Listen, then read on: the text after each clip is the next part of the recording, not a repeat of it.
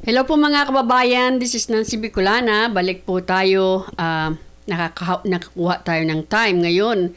But anyway po, pag-usapan uli natin itong, mayroon akong video na ipapakita sa inyo, isi-share sa inyo, na baka nakita nyo na rin. But anyway, alam niyo po mga kababayan, pag pinanood po ninyo ito, makikita ninyo dito na parang aligaga sila or parang hindi nila masagot yung tanong ni Attorney Topacio na kung ipapatawag ba sila, meaning to say, yung mga pinangalanan nitong 18 ex-soldiers. Hindi agad nakasagot si NBI, si Attorney.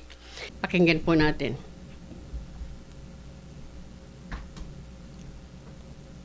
The Ombudsman has deputized the NBI to investigate.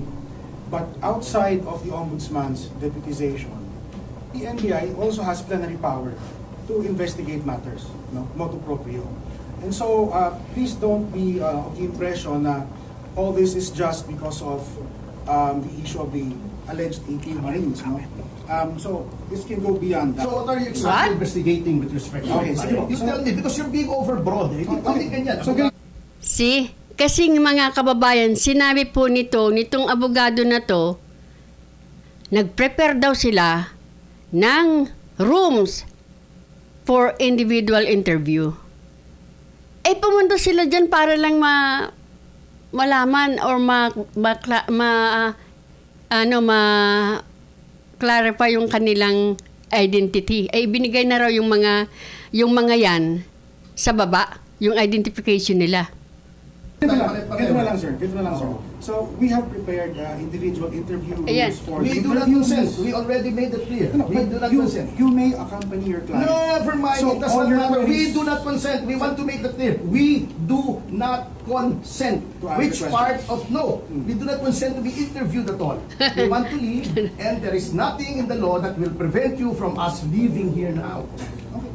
So, if that's the case, sir, then If you just want, have you it can on issue us record. other subpoena for another thing as long as it is relevant. When you say that the NBI has motu proprio powers, that power is not unlimited. It does not amount to a roving commission. We know that eh. Huwag na tayo magpulahan panyero naman. Ang bihira naman tayo eh. Ano bang gusto nyo sa kliyente ko? Identity. Hindi nyo kilala.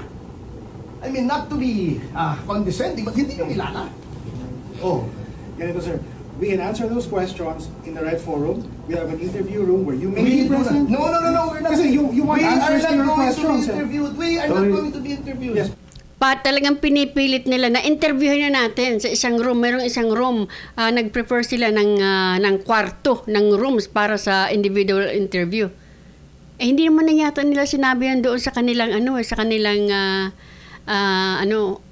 document nung inimbita nila yun. Hindi naman yata sinabi na imbitahin ka namin kayo, titingnan namin yung inyong identity, yung background ninyo, at iisa-isahin namin kayong interviewin. Anong gusto nila mangyari dito? Gusto nila magkamali ang isa? Malay mo malay mo lang. Ha? Paano kung may mag-offer dyan? Hindi ba yan ang famous dito sa admin nito? President Mundo, you said you have powers as the National Bureau of Investigation. Can you imagine, you're going through budget deliberations in Congress. You're spending resources of the government investigating a non-crime. Walang krimen dito. I knew you were used during the Napoles investigation. May krimen doon. May scam. You were used in the PhilHealth scam. But ngayon, in plenary powers, you're expanding you to investigate these people. Sir, excuse me. These people, as you say, they're witnesses. They're allegations of crime here. Remember, the 18 Marines. Yeah, you want to establish first their identity. So you establish their identity. Now, if you want to investigate the affidavit, you investigate the substance. Correct. Pero for you to say na yung deputization nyo can go beyond the ombudsman, again, I'll repeat, you will go through budget deliberations. And you are already saying that the NBI is doing this. Spending of the resources of government, investigating a non-crime. Sir, I'm just warning the NBI. Wala naman antay dito. I understand you. Yes, sir. Sir, just to be clear. Attorney Mark Santiago. Yes. Yan, dyan nila ginagastos ang pera, imbestigahan yung mga, yung dapat hindi na nila iniimbestigahan. 'Di ba? Sana nga nandun na yun sa ombudsman eh. Ibinato lang sa inyo eh. Martin Mark Santiago said, we respect all your sentiments at hindi kami maglalagpas dun sa aming mandate. Ito po is yung Ay sinabi niya kanina eh, sabi niya it can go beyond ombudsman. 'Di ba? actual investigation Okay. at saka credibility verification. Yun lang po. Tapos yung credibility, yes sir, let me finish na sir. Let me finish na sir. No. Sinabi mo hindi kayo lalampas, lumalampas ka na ngayon eh. No sir, Oh. I'm explaining. Let's not be overly dramatic sir. Simple lang. You may give, if you want, i-discuss po natin lahat sir. Sasabihin ko lang po na credibility verification. Kasama po doon yung statements nyo kung credible ba o hindi. Yun lang po sir. Yun lang po, sana maintindihan nyo. Yung statements nyo, kung consistent ba with evidence, consistent ba with yung logic, lahat po yun, kasi bago po mag-imbestiga yung ombudsman, yun po yung gagawin natin. Hindi po kami mag-imbestiga ng iba pa, nasama lang po yung mga iba, kasi base sa statements nyo, meron pong circumstances na kailangan imbestigahan para malaman yung credibility, sir. Aha.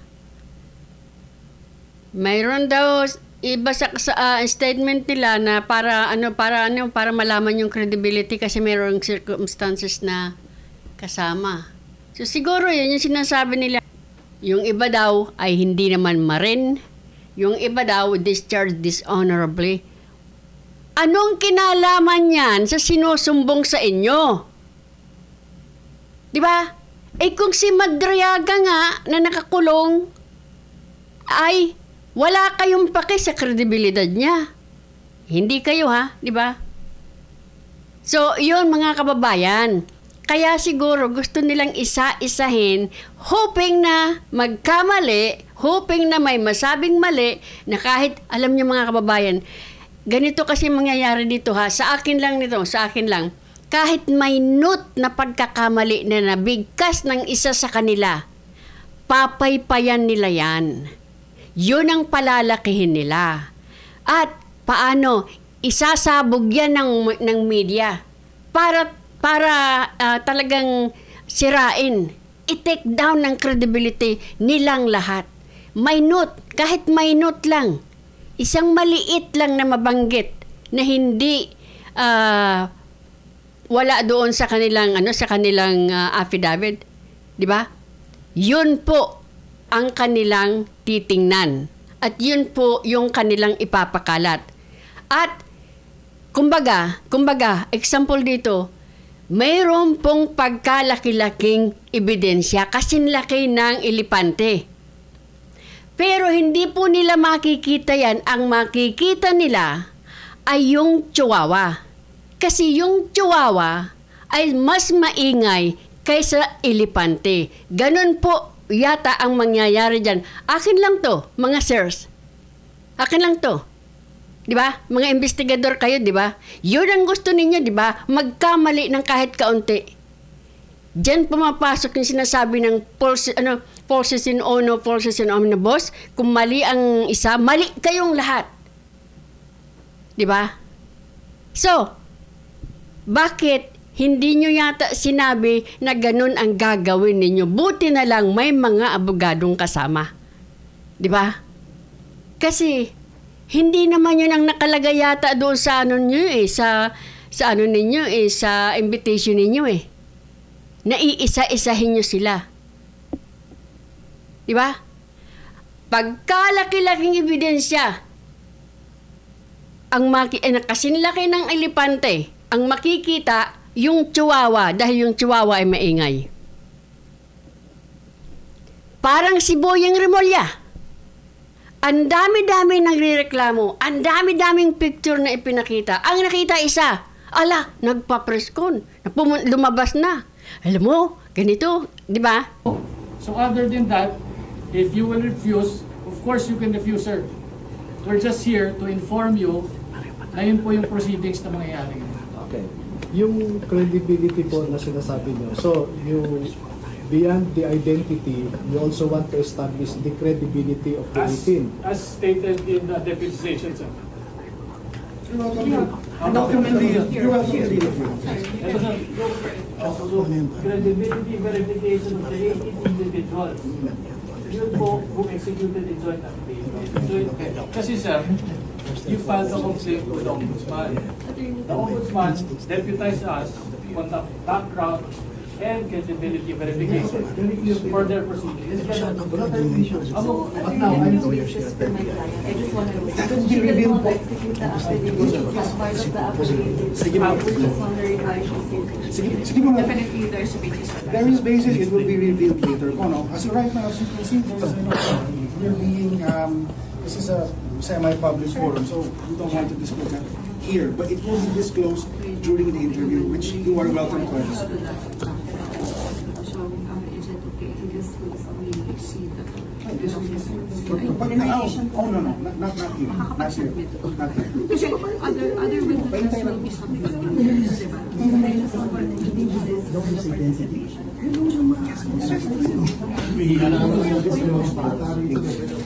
During the interview. I cannot show it to you right now, I'll show it to you later.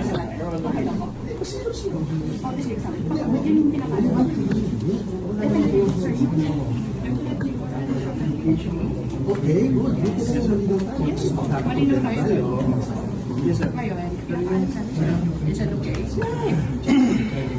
Teka muna. Do you not know the identity of the subject? We definitely know Oh, the identity. what is the purpose of the ID?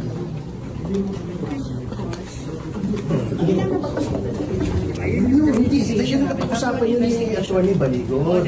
Oo, ikaw, sabi ko, Atty. Raimundo, meron ba kayong duda that this person in front of you is Secretary Mike Defensor? Wala po, wala po. Oh, We've already already established pala that. Oh, tapos. So, can we leave now? Yes, sir. So, thank you. Thank you, sir. But sir, Thank let you me for just coming, make sir. it clear, no? I just want to Ayan. Yan, mapapahama ka dito. Kasi humirit pa kasi siya. Tingnan mo dito. to the allegation earlier that we're investigating a non-crime. That's not true po. As you can see in the joint affidavit of the quote-unquote 18 Marines, may allegations po of graft and corrupt practices, bribery, and other crimes. So, hindi po non-crime ito. May crime po tayo iniimbestigahan. Okay, sagutin mo ko ngayon. O, ayan na. Yan na, nagalit na. Sagutin mo ko ngayon. Ipapatawag mo ba yung mga binanggit nila? O hindi? O hindi? Tell me now, para tapos tayo. Sir, So alam natin kung non-crime o crime ito. Tell me, yes or no? Sandali lang. Patatawagin mo ba yung mga binanggit nila? You Sir, tell me now. Let me speak. Hmm. So we will have this interview Yes or no? now. Yes or no? No, yes or no? This is not a court. You can't do that, sir. Ha? Oh, so hindi nyo patatawag. Hindi Let kasi me finish. sinabi niya Let me non-crime. finish, sir. Sinabi niya non-crime, sinabi mo hindi non-crime. So, if you're investigating a crime, ang tinuturo ng mga 18 ay maaring, hindi ko sinasabing guilty, maaring gumawa ng krimen, ipatatawag mo ba? Yan. Just tell me, dumaldal ka na ng dumaldal hanggang gusto mo. Ayan, humirit pa kasi paalis na sila eh. Gusto pa niyang i-clarify na hindi totoo yung nag-investigate sila ay non-crime. Ayan, ngayon natanong tuloy siya. 'Di ba? Nakita po ba ninyo how hard was it to say yes or no? Or other explanation. Bakit niya hindi masagot yan? 'Di ba? Ipapatawag mo ba yung mga nabanggit? Hindi nga pinangalanan eh. 'Di ba? Papatawag mo ba? Bakit hindi masagot nitong NBI attorney na si Raimundo ba yon? Na yes, no, maybe, it depends. Hindi sumasagot eh. Mga kababayan, hindi sumasagot, ayaw sagutin. Meron din ba kayong script na sinusunod? Kasi hindi mahirap sagutin yun eh. Kung talagang fair yung inyong investigasyon. Dapat, ang daming isasagot eh. Yes, no, maybe, depends. Depends sa situation. Pero hindi sinasagot. Oh. May nahalata kayo doon? Bakit nahirapan sila? Kasi yung mga ipapatawag, siguro, sila din ang gumagawa ng ganito.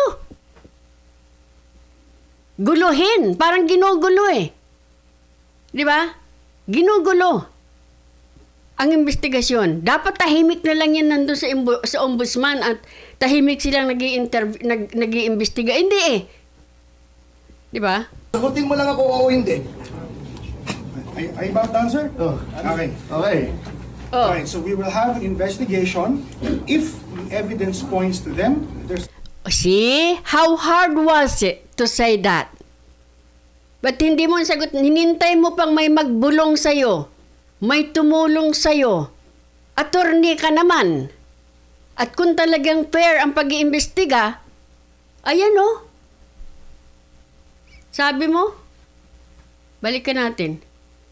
How hard was it? Takot kang sabihin?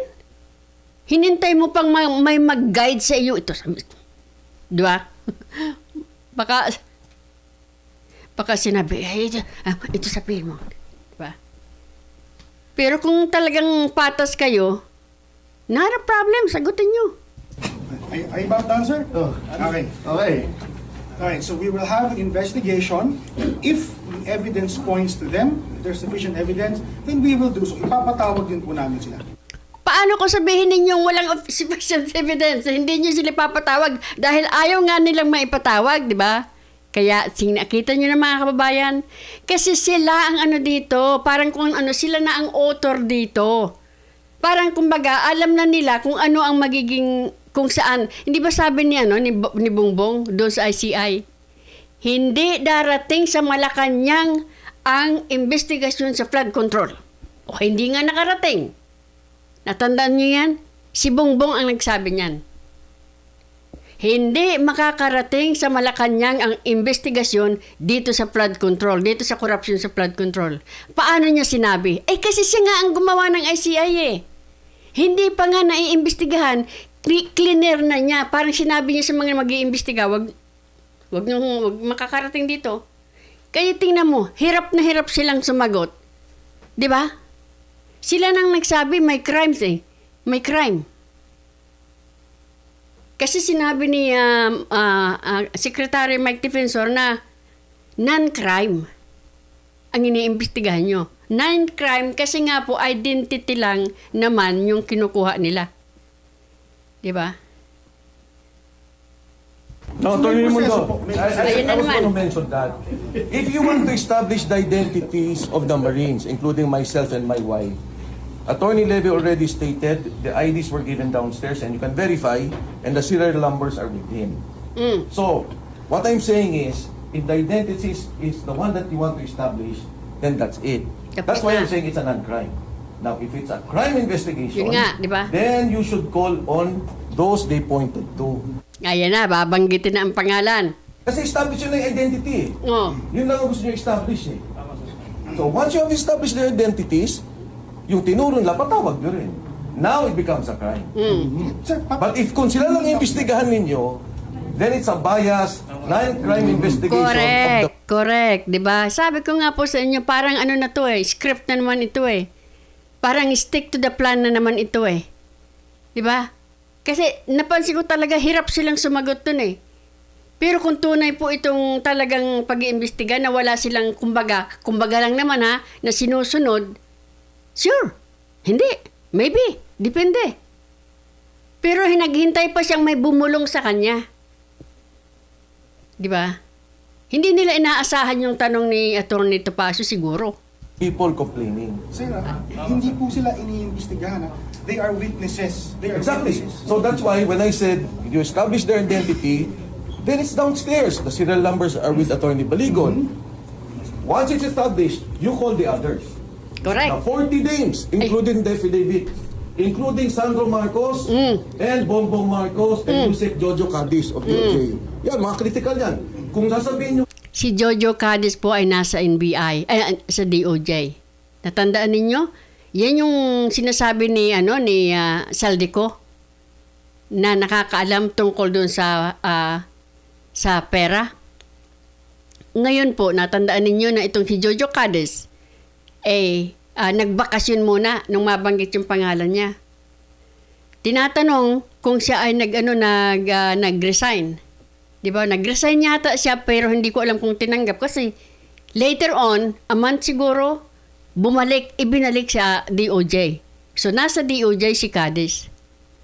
Si Jojo Cadiz na malapit sa Marcos. Papatawag nyo, 100%, I agree with you. Tulong-tulong tayo. Yeah ba? Tama, sir. Okay po. Yes, sir.